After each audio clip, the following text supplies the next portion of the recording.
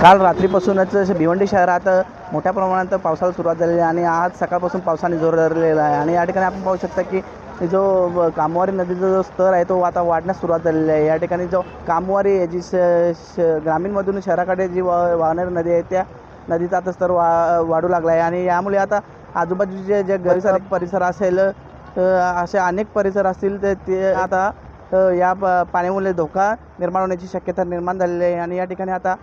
भिवंडी महापालिकेच्या आपत्ती व्यवस्थापन असेल, अग्निशमन दल असेल यांच्याकडून या ठिकाणी पाहणी दौरा करण्यात आलेला आहे आणि शहरात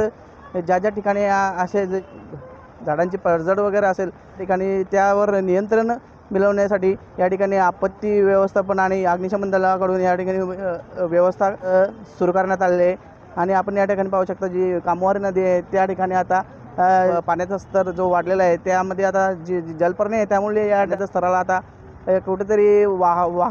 जो प्रवाह आहे कामवारी नदीचा त्या अडथळा निर्माण होत आहे आणि या जलपूर्णेमुळे आता धोका आहे त्या आता कामवारी नदीला या ठिकाणी पुराचा धोका निर्माण झालेला आहे। तसेच आजूबाजूच्या परिसरातील नागरिक आहेत त्यांनाही आता या ठिकाणी पुराचा धोका निर्माण झाला असून आपत्ती व्यवस्थापन असेल, अग्निशमन दल असेल यांच्याकडून आता ज्या सूचना आहेत त्या त्यांना देण्यात येत आहेत आणि अशा ठिकाणी जाऊ नका असे आवाहन या ठिकाणी करण्यात येत आहे। भिवंडीमध्ये आता सध्या पाण्याची पातळी वाढत चाललेली आहे।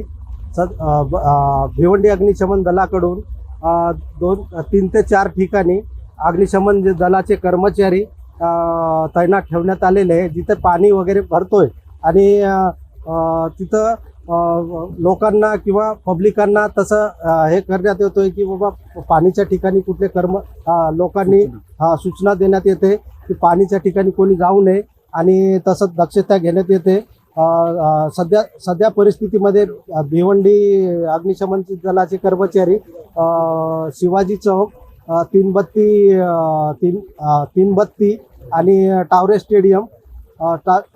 स्टेडियम या ठिकाणी झाड पडलेले आहे त्याच ठिकाणी कार्यरत आहे आणि अग्निशमन दलाची फायर इंजिन